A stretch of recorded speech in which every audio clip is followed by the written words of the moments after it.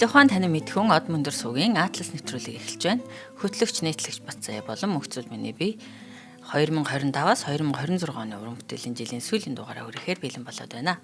Манай нэвтрүүлэг танд YouTube-ийн од мөндөр сууг, NTV телевиз болон од мөндөр радио 83.3 болон зуун төлөвлөгөөнөөр хүрч байна. Манай нэвтрүүлгийг эрсдлийг давах хүчирээтэй бод даатгал ногоон ирээдүй хөгжлийн ураатай MMS компани бүтэн жилийн турш ивент итгэн та бүгд хүргэлээ. Өнөөдөр Атлас нэвтрүүлгийн маань одоо энэ уран бүтээлийн үйлрлийн сүүлийн дугаар байна. Тэгээд 50 дахь дугаар гэсэн үү? Бараг тийм баха. Ивент итгэгчтэй баярлалаа. За баярлалаа. Ингээд бүтэн жилийн турш Атласын 50 дугаар буюу 50 улсыг бүтээр ямарч ингээ хүргэж байгаа юм байна. За тэгээд дэлхийн чинь 193 улстай л 98 лөө. Яг нь нэгдсэн үндэсний байгууллага бол 195 мөнгөж явах. Аха. Тэгтээ нэг нэгдсэн үндэсний байгууллага дээр одоо за бүртгүүлгэн улс нүби гişүн биш улсууд байгаа шүү дээ. байгаа тий. Тэднийг оруулж болно. Жишээл Антарктидыг ярьж болчих битэр. Тэ? За ингээд өнөөдөр чи 2 маш сонирхолтой улсын талаар ярих нэ. За заяа маань дэлхийн аваргын хөтмөгийг тайлбарлаж байгаа. 24 цагаар тайлбарлаж байна. Тэгж байгаа. За тэгээ нэг амар том шоу сенсац болоод байна. Энэ шууганыг ярьж өгөөч. За тэгээ. За дэлхийн орон шалралт тэмцээн дээр Кабо Верде гэдэг одоо энэ 500 гаруй мянган хүн амтай жижигхэн арлын улс те. Энэ арлын улс маань дэлхийн орон шалралт тэмцээнд маш гайхалтай амжилтыг үзүүлж за өмнөх Европын аварга те. Өмнөх Европын аварга. За 2 жилийн өмнө Европт одоо хамгийн том болсон энэ Европын аварга Испани шогтой тэнцэж маш том шууганыг төрсөн. За энэ шууган бол дэлхийн нийтээрээ хүмүүс бүр ингэ цочирдсон. Юу болчихвоо тоглолтын өөрөө би тайлбарласан. Испанчууд гол оруулж чадахгүй явсаар байгаа тоглолтын доо найрцаад болсон. Тэгэхээр хөл өмгөдөг спорт юугаараа онцлог вэ гэхээр хөл өмгт том баг жижиг багаар тоглоно штэ. Том баг нь гол оруулж чадахгүй бол ингээл бөмбөг эзэмшээл нөгөө багта бөмбөг өгөхгүй өдөртэй байна штэ те. Хамгийн өдөртэй тоглолт явьжсэн аа. Тоглолтын 2 дугаар хагас гол алдахгүй бол өдөр чи хамгийн сонирхолтой тоглолт болсон. Яагаад бол нөгөө жижиг баг нь гол алдахгүй. Том баг нь нүдэл хийдэг гол хийдэг. Тэгээ явсаар хагаад тийтгэр тэнцэж байгаа. За энэ тоглолт бол дэлхийн нийтээр хөл бөмбөгийн дэлхийн аваргад бол асар том шууган болсон. Бүр маш олон хүмүүс. За Кабо Верде гэдэг улс чи өөрөө их жижиг гэн. За би одоо ингээд юуг нь газар нутгийн тайлбарлаж өгнө. Одоо орхон аймаг шүү дээ Эрдэнэт. Яг Эрдэнэт хот биш орхон гэдэг одоо нэг жижигхэн нэг хэсэг байгаа шүү дээ.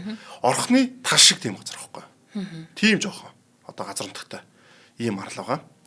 За ингээд энэ тэнцсэн. За ингээд энэ тэнцсэн чинь энэ багийн хаалгач Возиния гэдэг нөхөр өстө дэлхийн нийтээр од болсон. Амар од болсон.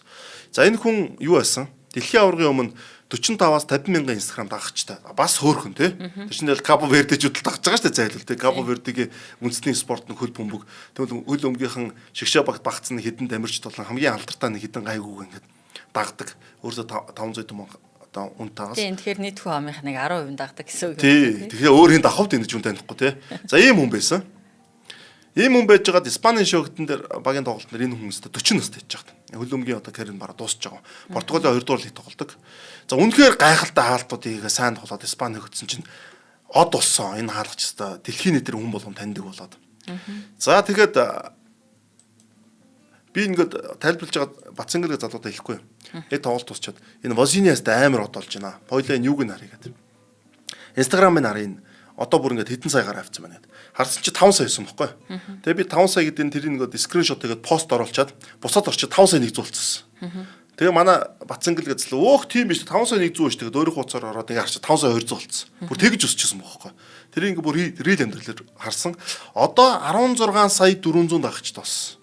400 мянган дагагч. 16 сая 400 мянган дагагчтай. За 16 сая 400 мянган дагагч нь одоо ямар учиртай вэ гэхээр дэлхийн хамгийн бас олон том модуудаас их дагагч. Одоо Лука Дончич гэж цагсч мэдэн штэ. Лос Анжелес Лейкерс тэ. Лука Дончичоос илүү дагагч та. 5 сая илүү дагагч та болсон. Вембаньяма гэдэг хар гарагийн өнгөний сагсчин гараад байгаа штэ. Айгүй өндөр тэ. За тэрнээс 2 дахин илүү бүр нуулах хэмжээний дагагч та болсон. Тэд нар ч юм бол одоо супер одоо хэдэн сая долларын цалин авдаг тэ. Нэг жилд 40 50 сая долларын цалин авдаг юм хүмүүс штэ. Тенсний одоо суперод Карлос Алкарас гэж байгаа. Карлос Алкарасаас хэд дахин илүү дагагч та. Одоо Холливуудын жүжигч мүжтэйгээ дурдах юм бол энэ хүн бол бүр дагагчт мөр явж өгсөн. За бүр Африкчийн дэлхийн 2 дахь том ТV. ТV-ийн эхний 15-д орчихсон дагагчтаараа, Instagram дагагчтаараа. Бүхэл бүтэн Африк ТV биш чинь дэлхийд дээр хамгийн олон улстай ТV чин одоо Африк штэ 50 гаруй улстай тий. Тэгэд Африк ТV-ийн хамгийн олон дагагч эхний 15-ны нэг нь хэн байх нь вэ? Манай хүн бахана. Возиния. Төдийлөн хүн таньдаг байсан. За ингээд энэ Кабо Верде гэдэг энэ улс ингээд хөл бөмбөгөөрөө алдартай болсон. Тэгэхээр хөл бөмбөг гэдэг спорт ямар алдартай спорт? Яагаад дэлхийн нийтээр үздэг те? Шашин шиг За бүр ингээд улс үндэстнийг хуваадаг. Заримдаа ингээд дайм байлдааны зогсоодог. Алдар төлөмөгчин Пеле ном гаргаад тэрийг номыг унших гэж хэдэн сая хүн бичиг үсэг сурсан бүр түүхч байдаг те. Тэгэхээр хөл бөмбөг спортлын хамгийн том спорт. Энэ том спортоор ингээд сайн байж чадах юм бол Возиня шиг од болж чадна гэдгийг харуулж байгаа. За тэгээд Возиня энэс гадна гэр бүлийн хувьд ээж нь ирж чадахгүйсэн юм Америк руу. Паспорт байхгүй. За тэгээд мэдээж мөнгө байхгүй те. Тэр чинь бондны мөнгө зөнгө байршил ингээд бондны усад орцсон юм лээ Кабо Верде. Манайтай. Тэгээ манайтай адилхан. Тэгээ Возиня яг тэр Испантай хийсэн тоглолтын дээр од олоод ясч ээжийнхэн паспорт нь гараад ерөөсөө 6 хоногийн дотор заяа. Ээжийнхэн паспорт нь гарч байгаа заяа. Паспорт нь гаргахад Америкийн виз шууд харагдаж байгаа заяа. Тэнгүүтээ бондны мөнгөнд шууд бүтэж байгаа заяа. Тэнгүүтээ Америк руу найзуудтайгаа шүү дээ бүр ганцаараа биш. Найзуудтайгаа Америк руу нисэх, Майами руу нисэх онгоцныхон билет бүх юмуд нь зохицуулагдаад олон улсын хөлбөмбөгийн холбооны эндэр дээрээс найзуудтайгаа хүүхдийн дараагийн тоглолтыг Майами 6 хоногийн дараа үзээ сууж байгаа байхгүй. Ерөөсөө тэр ээж 6 хоногийн өмнө хүүхдэд дэлхийн аварт анх удаа тоглож чана гэж үзээд гэртээ сууж исэн ээж байгаа шүү дээ. 6 хоногийн дараа нөхөр яасан Майамид VIP судал дээр найзуудтайгаа хүүхдийн тоглолтыг үзээ сууж байгаа. За ийм гоё үйл явдал болсон. За тэгээд бид нар бол хөлбөмбөгчтэй ээжийг бол бас сайн мэдэхгүй шүү дээ. Тамирчдын за яг хаа Криштиано Роналдог ээжийг, Мессигийн ээжийг ч юм уу. Үнэхээр тэр супер тамирчдын ганц хоёр ээжийг бид нар мэднэ харж ирсэн. За Возинягийн ээж бол дэлхийн хамгийн алдартай хөлбөмбөгчний ээж болсон. Хүн болгон таньдаг болсон тэр ээжийг бол. Тийм. Онгоцноос буухаас нь эхлээд за тэр явхаас нь эхлээд онгоцноос нь буухаас нь эхлээд бүх юм дээр одоо Возиня гэж хүмүүс очиж зурган борог авахулдаг те гар ус хүмүүсээс зурлаа. Тэр ээж бол ерөөсөө хүүхдийн 30-нд 6 хоногт бол дэлхийн суперстар болсон байгаа. За ийм нэг улсын талаар бид нар ярих гэж байна. Тийм учраас энэ улсын талаар ярих гад бид нар албаар ингээд хамгийн гоё түүх нэрж байгаа. За ингээд Кабо Верде Испантай тэнцсэн Атланта хотын Mercedes-Benz зөгнөрөлд тоглоод Испантай тэнцээд бүр маш том шугам ирсэн. Испан дээр ч одоо Ламин Ямал гэж тэр супер одон хүртэл гарч ирээд гол хийж чадаагүй байхгүй. За Кабо Верде зүгээр байгаагүй. Дараа нь Уругвай гэж дэлхийн 2 удаагийн Евро багтаа тоглоод 2-2 хацаар тэнцсэн. За энэ тоглолт хөлбөмбөгийн дэлхийн аварга миний тайлбарсан бас хамгийн гоё тоглолт байна гэсэн. Бүр халаан болсон. Ийм тоглолт болсон. За ингээд Кабо Верде гэдэг ус одоо өнөөдрийн байдлаар дараагийн тоглолтыг хийн хэсгээс гарах боломжтой анх удаа дэлхийн аваргад орж байгаа. Испани, Уругвай гэсэн хоёр том улстай хоёулантай тэнцсэн. За одоо Азийн Сауди Араби гэдэг улстай тоглоход бэлэн болсон байна. За тэгээ Возиня гэдэг нөхөр ч одоо хин юм бэ гэж дахиад хэдэлээ задлын од болцсон те. За Возинягийн аав ээжээр угаасаа хөлбөмбөгт маш дуртай. Хөлбөмбөгт зүрх сэтгэлээ өгцөө хүмүүс учраас хүүхдтэй Аргентины алдарт хөлбөмбөгчин Хорхе Валдано гэдэг хүн байдаг. Энэний нэрийг өгөх гэж үсэж ирсэн юм анх бол Валдано гэж. За ингэсэн чинь Кабо Верде улсад болохоор ийм нэр өгж болохгүй гэд. Энэ чинь нэг Португал хэлтэй бас Португалийн хүн байна. Энэ чинь Хорхе Валдано бол Аргентин, Испанир ийм нэр өгж болохгүй гэд. Бүр ингээд зөвшөөрөг юм байна. За ингээд аав ээж нь хүүхдээ Жозимар гэдэг нэр өгсөн байна. Энэ Жозимар гэдэг нэр нь 1986 оны хөлбөмбөгийн дэлхийн аваргад орсон Бразилийн хамгаалагчийн нэр юм байна. Бүр хөлбөмбөгт ийм дуртай аав ээж байгаа байхгүй тий. Тэгээ Жозимарын нэрийг ингээ хүүхдээ өгсөн. Хүүхдийнх нэр нь Жозимар ер нь бол урд нэртэй Бразилчууд чинь одоо Пеле гэхэд л одоо Эдсон Арантистуда Насимент Пеле гэж дууддаг ч юм уу тий. Роналдог бол жишээлбэл Луис Лазаро де Лима Роналдо гэдэг ч юм уу ийм урд нэртэй байдаг. За ингээд энэ нэрийг л ямар ч өгсөн. За өөрийнх нь никнейм буюу Возиня гэдэг нэрийг эмээ өөр өгсөн. Возиня гэдэг. За энэ бол манай энэ хөлбөмбөг сонирхдаггүй хүмүүс бас мэддэггүй ч юм. Энэ Бразил болон Португал нэртэй хүмүүс чинь өөрсдийн дууддаг нэр тийм хочийг өгд тэрүүгээр алдартай болдог. Одоо Пеле ч юм уу, Гаринча, Роналдо гэдэг чинь яг ээж авах өгсөн нэр гэхээсээ зарим нь бол ингээд хоч маягийн багт нь дууддаг гэсэн нэрнүүд. Одоо манад нэг Улаана гэдэг нэр нэгдэж чинь нэг айл мэл тийм. Улаана шараа юу. Бороо морог те өгсөн те.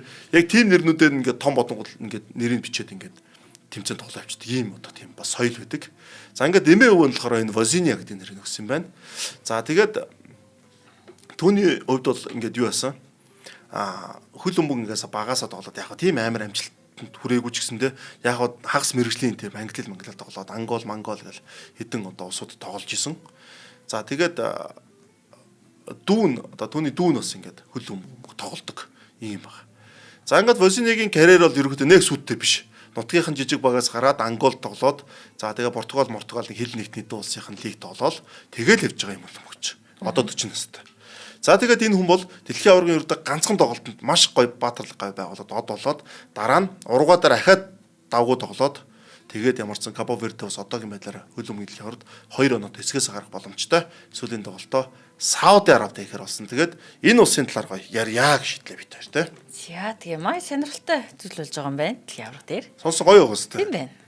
За тэгэхээр Кабо Верде гэж улс маань Дэлхийн газрын зураг дээр Африк твийг төсөөлөхөд бидэнд хамгийн түрүүнд Сахарын элсэнцөл, Конгийн ширэнгийн ой, эсвэл Египтийн пирамидууд санаанд ордог. Харин Африкийн баруун эргээс бараг 600 км-ийн алсад Атлантын далайн гүн хөх усан дунд тархсан 10 жижиг арал байгаа. Энэ дээр Африкийн хамгийн тогтвортой, хамгийн ардчилсан, хамгийн тайван улсуудын нэг оршдог. Энэ бол Кабо Верде. За энэ улсын нэр бол мөнх ногоон гэсэн үг, ногоон шүү гэдэг утгатай агуулгатай. Гэтэл энэ улсад бол нэг тийм мөнх ногоон ширэнгийн ой байхгүй, том гол мөрөн ус байхгүй, байгалийн баялагч юу бараг байхгүй. Бороо маш ховор хордог. Гэсэн хэдий ч өнөөдөр Кабо Верде нь Африкийн хүний хөгжлийн индексээр хамгийн өндөр улсуудын нэг болсон. За тэгээд тогтвортой ардчлалыг бий болгож чадсан улсуудын нэг. За тэгээ энэ улсын талаар яриа. Маш сонирхолтой. За тэгээд хоёул бас ивент чи танилцуулж. Тэрний өмнө бас нэг юм хэлчихэ. Кабо Верде гэдэг улсыг бид нар бол одоо хуучны газрын зураг дээр Оросоос шууд орчуулад ногоон хушууны арал гэж бичдэг гэсэн. Одоо зааны ясэр гэдэргээл орчуулчихдаг шүү дээ. Тийж бичдэг байж байгаа. Сүүлийн үед бол бид нар бол Кабо Верде гэдэг нэрээр нь явдаг болсон байгаа. За хоёлаа. Эрсдлийг давах хүчтэй бод даатгал компанид сурталчилгааг нь уншия. За бод даатгал компани маань даатгалын салбарт 30 жил тасралтгүй үйл ажиллагаа явуулж байгаа Монголын ууган даатгалын компаниудын нэг бөгөөд өөрийн харилцагчтай найдвартай хурдан хэлбэр үйлчилгээг эрсдэлгүй аюулгүй хамгаалалттай ирээдүг цогцоор нь санал болгодог мэргэжлийн хамт олон юм байна. За өнөөдрийн дугаараараа мэдээж за бит хоёр аль аль нь гадаад маш их аялдаг хүмүүс гадаад аялын даатгалыг онцлоё. За гадаадын улс оронд аялж амарч буй аялагчдад зориулсан энэ зөвхөн аялах, ажил хэрэгээр явах амрах аль нь ч хийж болно те. Аялын иж бүрэн даатгал нь аялын явц тохиолдож болох гинтийн санхүүгийн эрсдлүүдээс хамгаалж дэлхийн аль ч улс оронд байрлалын хязгааргүй үйлчлэх 24/7 бүхий хамгаалалттай даатгал юм. За гадаад аялахад ер нь даатгал заавал хэрэгтэй. Тэгэлгүй яах вэ? Эрүүл мэндээс гадна те онгоц хоцрох, чимдаан цагтаа ирэхгүй байх маш олон асуудлууд гардаг. За тэ магадгүй онгоц нь одоо хоцорсноос болоод нөгөө тухайн газараа хонох хүнжих шаардлага гарна. Тэгэхэд зочд буудлын зардлууд, хоол хүнсний зардлууд юм уу те дараагийн нислэгт хоцорсноос болоод шинээр онгоцны билет худалдан авах зэрэг маш олон санхүүгийн эрсдлүүд үргэлж дагаж байдаг гадаад аялал.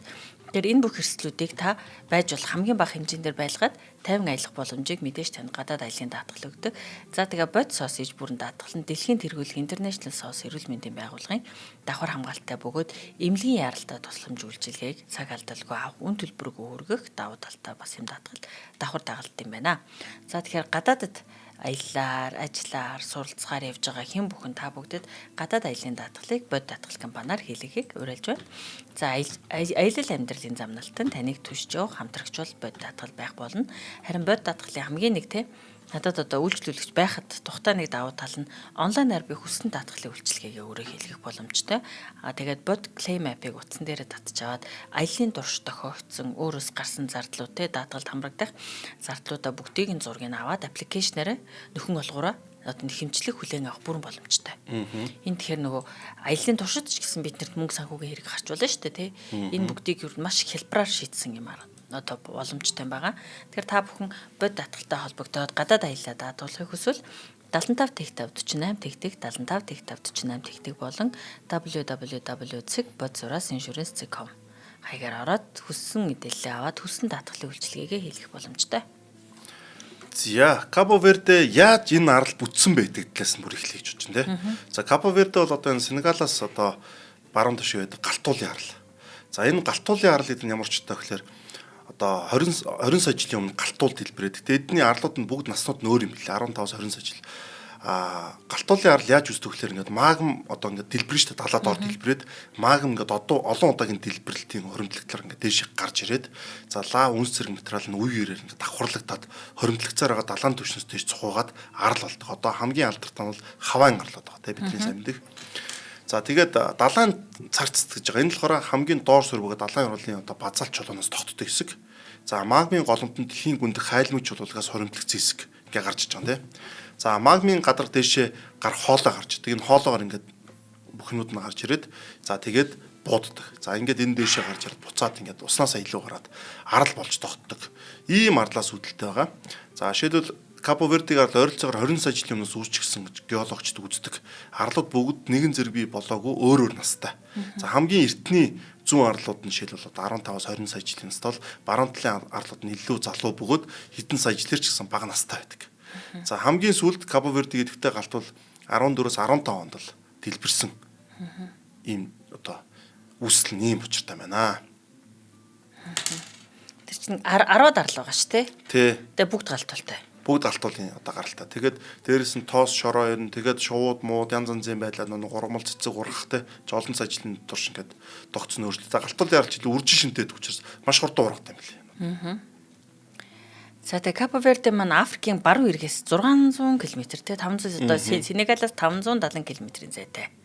Ийм сонирхолтой. Гэтэл хамгийн сонирхолтой зүйл нь 15 дугаар зууны хүртэл тэр арлууд дээр огт хүн амьдарч байгаагүй. Тэрнээс өмнө ерөөсөө байгаль дэлхий зэрлэг амьтан л байсан. Гэтэл хамгийн түрүүнд португалчууд очсон. Одоо нөгөө Тэнгис далайг те шинэ газар нутгийг олж илрүүлж өөрийн одоо те хаан одоо өөрийн улсын хааны өмнөөс те манай улсын газар нутгаа гэж зарлж байхдаа Капо Вердэг болоод тэгээд ер нь бол тийм учраас канх нөгөө португалчууд одоо нээж бий болгоод боолын худалдаагаар баруун Африкийн боолын худалдаагаар маш их хэмжээний боолуудыг аваачаад ер нь бол нутгийн хүн ам бий болсон. За тэгээд португал хэлээр ярьдаг. Португал ярьдаг. За яагаад хүн сурчдаг гэсэн мөлөр энэ одоо галтуулын гаралтай гарал учраас байнгын одоо гол нуур гэдэг юм л ерөөсөй байхгүй. Унтны ус байхгүй. За дээрэс нь жишээ хэллээ шүү дээ баруун Африкаас 600 км гэсэн тий. Тэгэхээр энд чинь очиж нэг суурч хүн байхгүй. Хол. Одоо жишээлбэл манай Аз төсөн бол Азууч очиж суурч байгаа байхгүй нөө. Завь мэв сайдаг. За Африкт болохоор тийм юм байхгүй. За Европод бол Африкийн сүлд нэж байгаа шүү дээ. За тэгээд нуур байхгүй. Нуурууд нь юм уу голууд нь дандаа төр зүрийн нэг борооноос одоо бий болдог ч юм уу. Тиймэрхүү байдлаар энд удаан хугацаанд хүн урсан суух боломж байдаг. За тийм учраас юу болсон гэхээр усан сангууд бий болгоод тэн дээр хүмүүс одоо амьдрах боломжийг гаргаж өгсөн байдаг. За тэгээд Капо Верде маань арлуудаас бүрддэг гэж ярьлаа. Тэгэхээр арлууд нь хоёр бүлэгт хуваагдсан юм байна. За Барlavento буюу салхин дэд арлууд нь Санто Антау, Сан Висенте, Санта Луиза, Сан Николаус, Сал, Боашвита гэдэг нэртэй арлууд байдаг юм байна. Харин салхины доод арлууд нь Сотавенто гэдэг бөгөөд Сантьяго, Фогу, Маю, Брава зэрэг арлууд нь болдог юм байна. Харин нийслэл хот нь Сантьяго арал дээр байдаг. Прая гэдэг нэртэй нийслэл хоттой. За Капо Вердегийн нийт хүн ам нь бол 530 мянга гэж байна те. Гэтэл хүн амынх нь одоо 160 мянган те. Бараг 3-1 нь Прая буюу нийслэл хоттой одоо суурин амьдардаг. За тэгээ Прая нь бол засгийн газрын төв эдийн засаг ихэнх дээд боловсролын сургуулиуд болон ганц олон улсын нисэх бодол нь тэр хоттой байдаг юм байна. За тэгээ Капо Вердегийн албан ёсны хэл нь бол Португал гэж хэлсэн. Гэхдээ хүмүүсийнх нь өдөр тутмын ярианд хэрэгэлдэг хэл нь бол креол хэл гэж байгаа. За креол хэл гэж ямар хэл вэ гэхээр энэ бол сүүлд үүсч бий болсон хэлнүүдийн нэг. Одоо боолын худалдаагаар үүсч бий болсон гэж хэлж болно. Учир нь Португал хэл болон баруун Африкийн одоо тэгээ уугуул овг аймагуудын хэлнүүдийн нэгдлээс бий болсон энэ хэл юм байгаа. Тэгээд өнөөдөр бол арал бүр өөр аялагтайгаар энэ хэлээр ярьдаг. Гэхдээ албан ёсны хэл нь бол Португал. За Капо Верде улсад парламентын бүгд найрамдах улс ерөнхийлөгчийн төрийн тэргүүн байдаг. Харин ерөнхий сайд нь засгийн газрын удирддаг. За яагаад энэ улс онцгой вэ гэхээр Африкийн олон улстай төрийн иргэний дайнд туулсан байдаг. Харин Капо Верде бол 1991 оноос хойш энхийн замаар одоо олон намын сонгуулиа тогтмол явуулаад ер нь бол Африкийн хамгийн тогтвортой ардчлалын нэг гэж.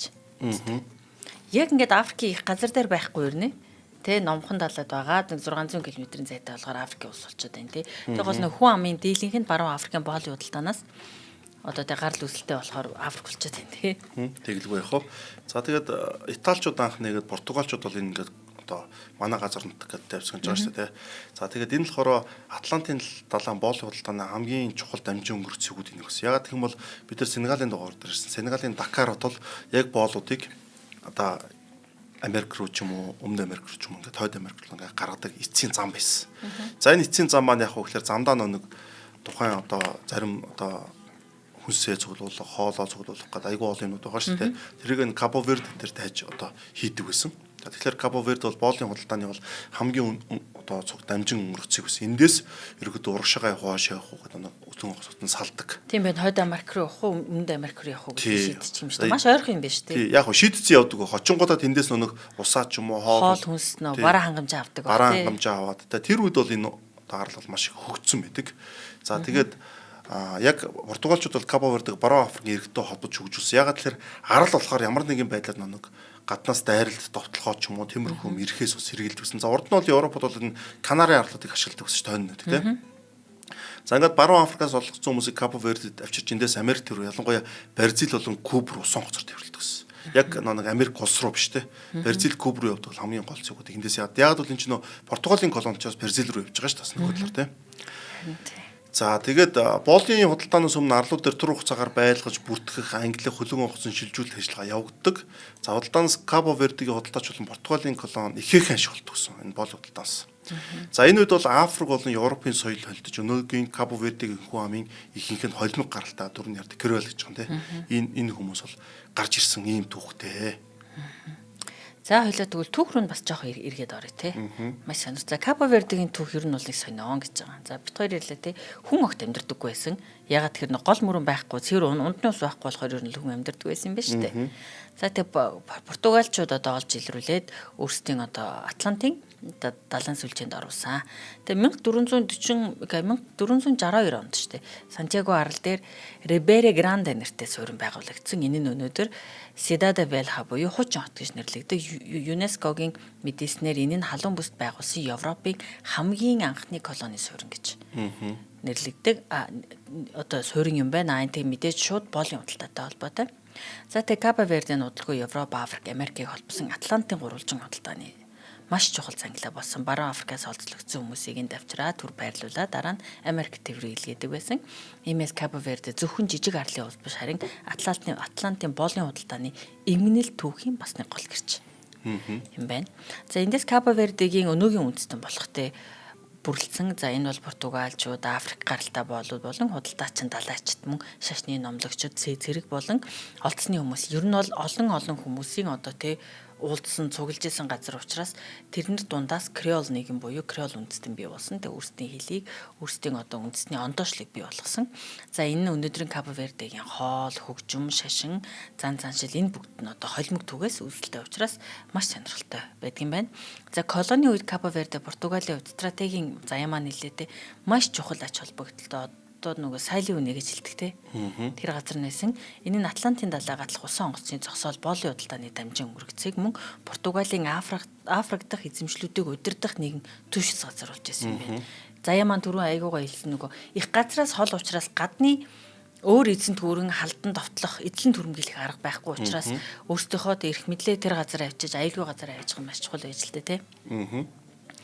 За тэг Кабо Верде гэхдээ яг нөгөө хэдийгээр одоо бол айгу тогтвортой арчилтай тий ингээд 10 сайхан аралтай сайхан ус сонсгож байгаа боловч арлуудын амьдрал бол үрэл сайхан байгаагүй.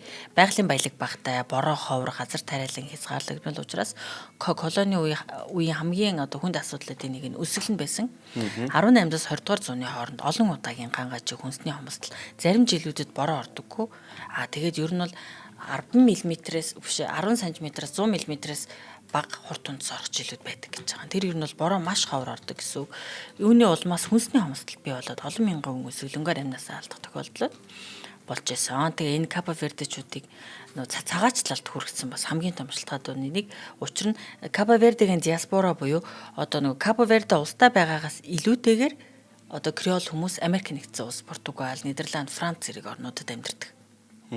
Энэ нь тэр 18-аас 20 дугаар зууны хооронд болсон их олон дахин удаагийн давталттай өсвөлнгүүдээс болсон гэж үздэг юм байна. За тэгээ 20 дугаар зуунд Африкийн бусад колониудын адил Кабо Верде ч гэсэн өөрийн тусгаар тогтнолын хөдөлгөөнд нэгцээ. За энэ хөдөлгөөний гол удирдагч нь бол Амилкар Кабрал гэмээр нэртэй ирхэн байсан.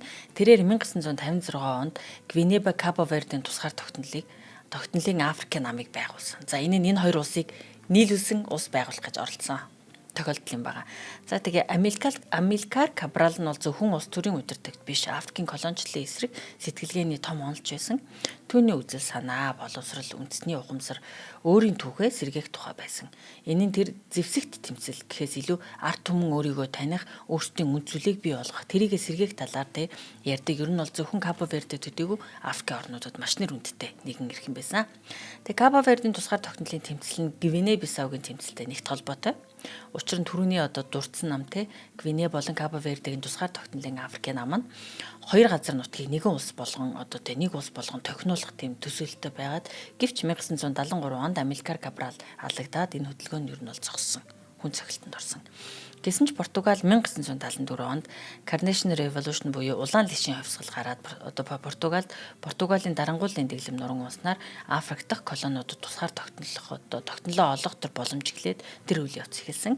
Тэгээ 1974 оны 12 сарын 19-нд дөрөвний нам болон Португалийн хооронд одоо шилжилтийн засгийн газрын хооронд хийсэн тохиролцоогоор 1975 оны 7 дугаар сарын 5-нд Кабо Верде өөрөө тусгаар тогтнолоо зарлж чадсан. За тусгаар тогтнолын дараа анхны ерөнхийлөгч нь бол Aristides Pereira дандаа Португал нэрнүүд байна тий. Дандаа Португалт. Анхны ерөнхий сайдаар Pedro Pires. Бас Португал нэр нь тий. Ажилласан цаатаа эхний жилүүдэд бол Кабо Верде нэг намын тогтолцоотой байсан. Харин 1980 онд Гвинэ Бисауд босон цэргийн эргэлтийн дараа хоёр улстай улс төрийн нэгдлийн санаа бүрэн зогсоод ер нь бол зогссон. За тэгээд 91 онд бол Кабо Верде түүхэнд маш чухал үйл явдал болсон жил. Энэ жил анхны олон намт чөлөөт сонгуул нь болоод эрх мэдэл 50 замаар шилжсэн. Африкийн олон орнд цэргийн эргэлт гараад иргэнийдэн авторитар дэглэм давхан болж байхад Кабо Верде тариг арчилсан шилжилт 50 байдлаар болсон юм байна. За тэг өнөөдөр Кабо Верде нь Африкийн хамгийн тогтвортой арчлалын нэг. Түүний түүх бидэнд нэг сонин сургамжтай өгдөг. Энэ нь бол алт газрын тус том газар нутаг байхгүй ч гэсэн хүнд сүс одоо хүнд сорилтууд, үлсэглэн, цагаачлал, боолын худалдаа, гам гажиг энэ бүгдийг давсан хэрнээ энэ нус одоо хотол оршин тогтносоор байгаа. Тэгэхээр хамгийн тогтвортой хүчтэй арчлалыг бий болгосон байгааг харуулдаг. За тэгээд Кабо Верде бол одоо арчлал аягуулсаа хөгжсөн хамгийн тайван замаар явж байгаа улсуудын нэг. За тогтвортой. Африкийн улсууд ч бол хэцүү шүү дээ тогтвор. Тэгээд арал учраас давуу талтай. Одоо арлын улсууд Англи ягаад анхны хувьсгал тэр 1688 онд болж дэлхийн тэрийн одоо парламент төсөл рүү шилжиж ирсэн те. Япон ягаад Азад анх удаага 1800 одоо 68 онд энэ Токугавагийн дэглэмийг унгаад Япон анхны тийм одоо парламент төсөл рүү шилжиж ирсэн. Тэр арлын улсын давуу тал ямар нэгэн гадны нөлөө ч юм уу босод юмгүйгээр өөрсдийгөө ингээд хурдан ингээд засах боломжууд яг үн гарч ирдэг. Тэгэхгүй одоо үед чинь ямар нэг их газар тохиомл хажуунаас нь өөр улсууд тогнох гол орж ирээл дайраал довтлол янз янз болоод. Тэгэхээр Кабо Вердегийн Африкийн улсуудаас давуу тал энэ байна. За яг нөгөө тал дээр энтхийн арал одоо Атлантын талаар байгаа ч арал шүү дээ. Яг энтх дээр болохоор энтхийн арал Сейшелийн арлууд, Маврикийн арлууд, Коморын арлууд гэдэг Африкийн 3 бас арлын жижиг улсууд Кабо Верде шиг. Энэ 3 бас тийм. Эдийн засгийн хувьд бол хамаагүй илүү Африк улсуудаас өөр, соёлын хувьд өөр, эдийн засгийн хувьд тогтвортой. Тэгэхээр энэ арлын улсуудын давуу тал нь энэ дээр бичдэг. А нөгөө талаар куб тий. Арлын улсаар хинч дайрахгүй бас нэг дарангуулын тогтолцоо маш удаан ингээд оршин тогтнох тийм аюул байгаад байдаг. Тэгэхээр яг зөв арчлалыг бий болгож одоо засаглаа сайжруулж чадах юм бол эдгээр улсууд хөгжиж чаддаг юм аа харуулж байгаа. За тэгээ Кабо Вердегийн улсад бол нөө малария гэдэг нэг Африкийн өвчин мэдэн шүү дээ. Одоо шумуулнаас хүн талддаг хүчтэй. Эннээс гарсан Африкийн эхний 3 улсын нэг юм байна. Одоо ямар нэгэн малария байхгүй гэсэн үг байхгүй. Одоо бид нар ингээд Африк руу явах заавал вакцин дөрүүлж очих хэрэгтэй шүү дээ. Одоо яг Африкийн Кен ч юм уу бид нар ингээд аяллаар очих те. За Египт бол гайг байсан. Египт яагаад бол малариатай хэсэг гэхээс илүү хоошоо байдаг те. А тэнгууд Кабо Вердед малария байхгүй 3 улс болсон байдаг. За эдийн засаг яаж хөгжиж байгаа юм бэ? Энд ч одоо гол мөрөнж байхгүй те усч байхгүй юм газар. Хүн амзуутай. Энэ улстай байгалийн баялаг гэдэг юм байхгүй. Нөөц гэдэг юм байхгүй. Энэ улс яаж өгч юм бэ? Энэ улсын хувьд бол хамгийн чухал юм нь аялал жуулчлал. За энэ улс бол маш хой далайн хэрэгтэй. За тэнгуэл тэр далайн эргийг түшгэлсэн маш олон одоо тийм буудлууд, resort-ууд гарч ирсэн. За гадаадд ажиллаж амьдарч иргэдийн мөнгө шилжүүлэх бас айгүй чухал үүрэгтэй юм байна. За үйлчлэгийн салбар илүү өгцөн байдаг.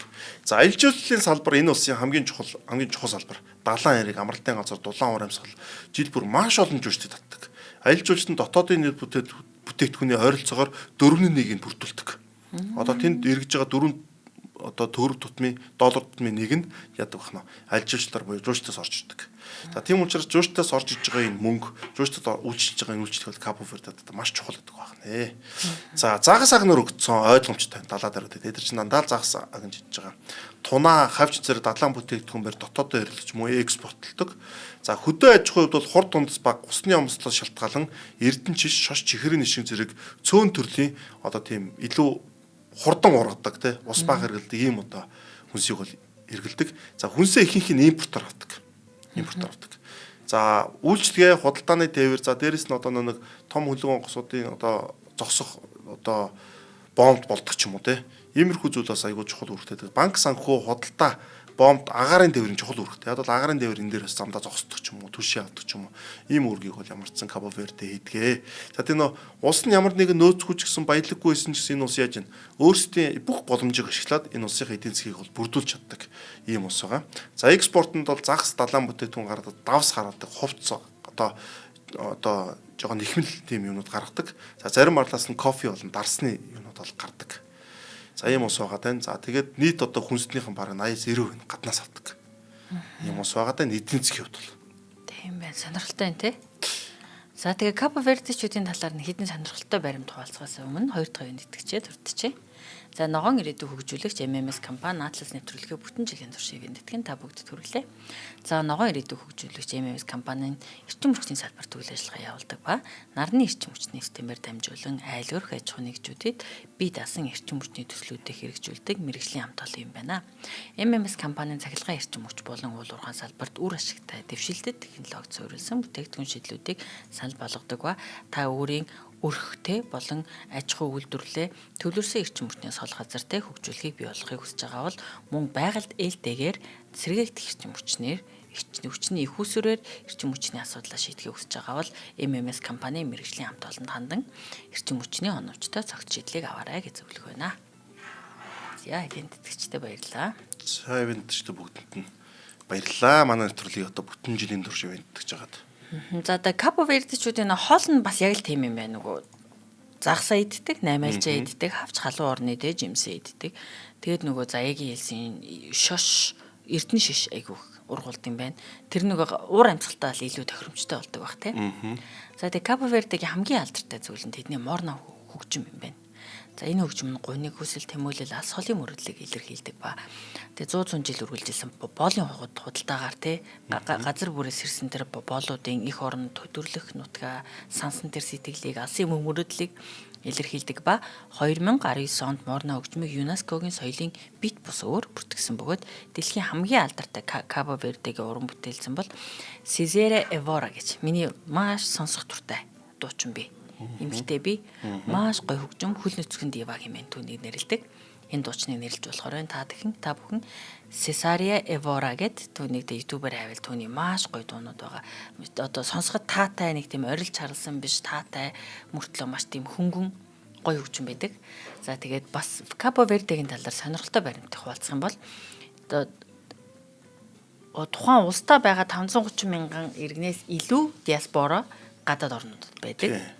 За эдгээр нь мэдээж нөгөө гадаадаас мөнгө шилжүүлэх дээр маш их хөв нэмэр оруулдаг байх нь шүү, Тэгэлгүй яах вэ? За тэгээ цахилгаан эрчим хүчийг бол өсөн нэмэгдүүлэх хэрэгжилж байгаа. Тэгээд салхин болон нарны эрчим хүчнээс дийлэх цахилгаан эрчим хүчээ гаргаж авч байгаа.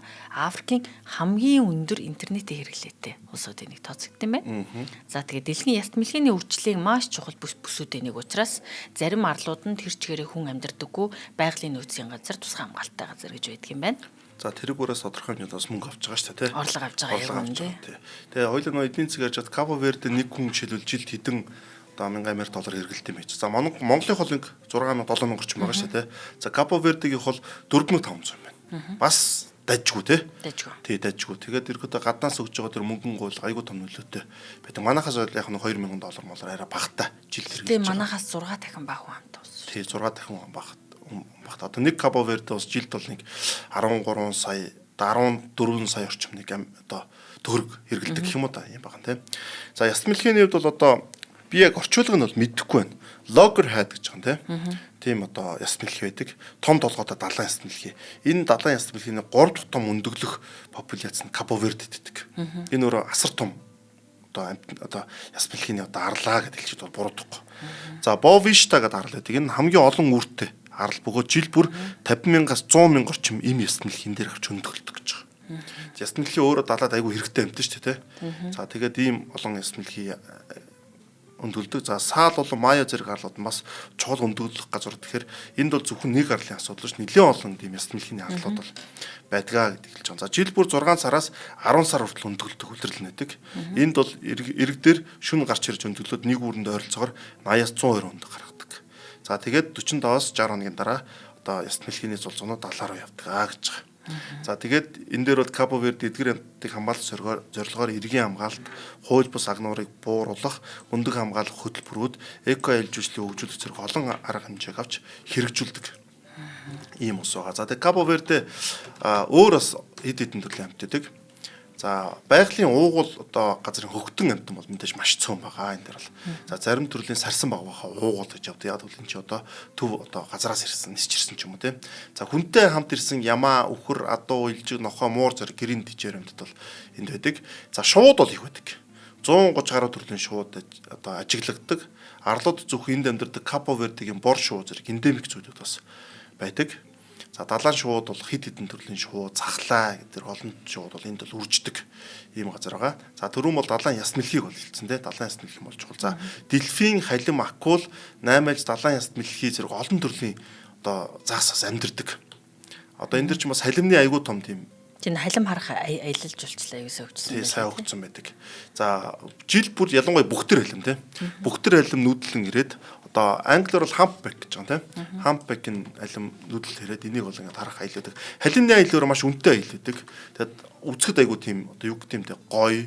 Тэгээд одоо бас заримдаа таардаггүй ч юм уу тийм аялал байдаг учраас айгу чухал байдаг. За хэвлэр явагч бол жижиг гөрүүл амьтанд байдаг. За могоо хорт могоо баг байдаггүй ийм одоо арал байгаамаа. Хэцүү сонирхолтой юм гоё санагдаж байна. Африкийн орны талаар ярьж байгаа илүү гэж бодохоор баг. Тийм Африкт одоо бид хоёр дараа жил айгуул тэр Сейшелийн арлууд, Маврик, Коморын арлуудыг ярихад яг л иймэрхүү зүйлүүд ярих ба. Сейшелийн арлууд ч одоо энэ талаар бол бас яг аялал жуулчлал хөгжсөн амархад айгуу гоё та яг нэг мөнгөтэй хүмүүс очиж амардаг арлууд байгаа тоххой. Одоо Карибын нэгс тэр амардаг хүмүүс, Кабо Верде болон тэр одоо Мальдивийн арлаа шүү дээ. Азинд тэр мөрөн дээр дандаа тийм мөнгөтэй хүмүүс очиж амьдардаг юм арлууд бас байна. За маш сонирхолтой болсон. Жижигхэн хэрнээ те. Тий. За тэгээд Кабо Вердег бол одоо нэг асуудал байгаа нь айгүй их нэг хуурай газар нэг одоо ногоон хушууны арал гэж одоо өгсөн нэр нь их сонин те. Харин яг ногоон биш арлууд дээр ногоон хушууны арал гэх юм. Исланд, Гренланд хоёрыг те. Гренланд гэдэг нэр өгсөн те. Ногоон арал гэдэг өгсөн. Нөөх нь ногоон юу ч байхгүй цагаан арал байж байгаа.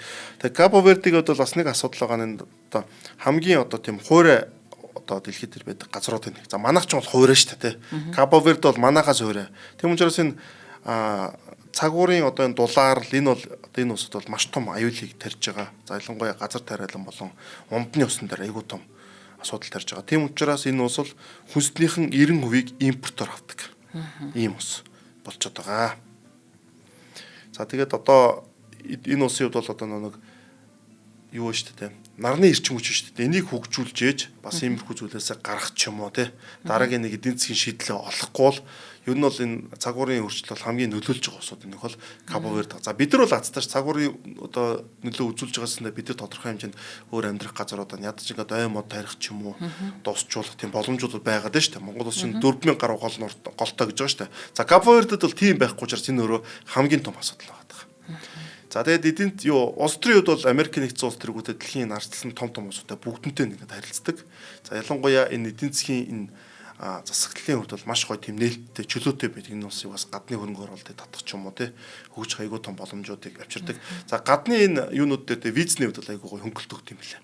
Одоо Англи ч юм Америкуудад нэг сар ямар нэгэн байдлаар визгүй орох тийм зүйл одоо юу гэдэг. Тэнгүүд энэ дээр яадаг вэ гэхээр хүмүүс амрах гэж ирдэг. Ийм бол одоо юм хийж байна энэ ус бол. За тэгээд хөл өмгийн дэлхийн орд энэ ус сүүлийн 10 жил маш амжилттай тоглож байгаа. Хөл өмг хөгжиж байгаа. Тэгэд энэ юу юм бэлээ? Кабо Верде сагсан өмгийн дэлхийн ордоос орсон 2023 онд. За яагаад энэ ус нэгээ сагс хөл өмгийн хөгжөөд нэлээр өөрөө дулаахан учраас гадаа ингээд сагсан өмгийн шийд хөл өмгийн бануудын засгийн газар нь аягүй ингээд бариад өгсөн юм байна. За тэнгуүл тэнд яг хөөхлөөр хүүхдүүд нь өдөр шөнөгүй сагс тоглоод хөл өмг тоглож ичдэг. За тэгээд Африкийн олон улсаас энэ жижигхэн цөөхөн хамтай арлын ус сагсны дэлхийн орд орж байгаа. Нуунууд тавар ашигад одоо нуунууд тавар ашиг эдсэн тавар ашигад мундаг сагсан өмгч одоо Испанд тоглож байна. Испани Реал Мадридад хамгийн том клуб тоглож байна. Хөл бөмбөгийн хувьд Африкийн тэмцээн дээр хэсгээсээ гараад дасгалжууд биш Бубиштан Африкийн оны шилдэд дасгалжууд очиж болцсон.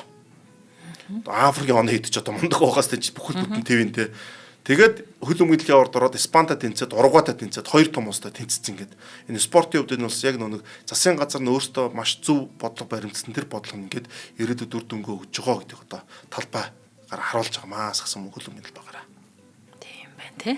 Жижиг хүн амтай гэдэг. Маш том амжилт шүү дээ. Цөөхөн хүн амтай гэтэл маш том одоо боломжтой. Яг хав дээрэс нь эндээс нэмэхэд бол нэг цөөхөн хүн амтай хүүхдүүд нэгээд спортоор хичээлж байгаа гэсэндээ Португал болон Америкт нэг диаспора байгаа шүү дээ. Олон Кабо Верде ч тэд нар буцаад тэдрийг татах ч юм уу те.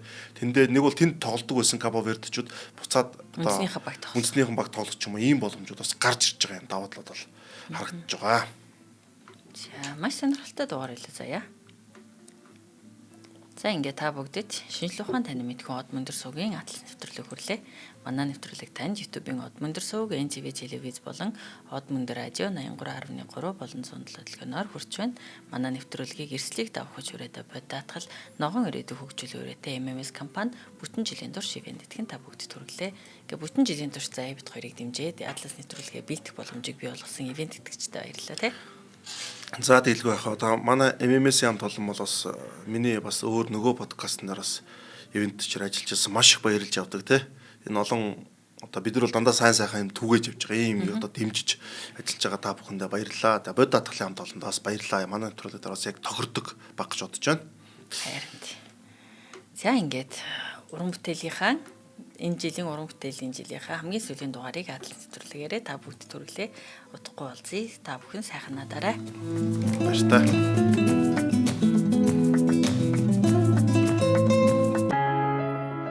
Нэвтрүүлгийг хүлээн авсан Нарны аймгийн монголчуудаа баярлалаа. Од мөндөр сувг нь энэ мэдчлэн таны мэдхүйн мянган нэвтрүүлгийг 2026 оны 7 сарын 1 хүртэл та бүхэндээ хүргэх юм. Их хэлээрээ шинжлэх ухаан танин мэдхүйг түгээхийн үлсэд нэгтгэх хүсвэл та бидэнд хандив өгөх боломжтой.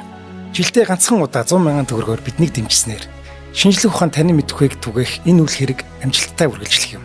Од мөндөр нэр дээрх Худлаагшлын банкны дансгаа 4191 Тэг 4508.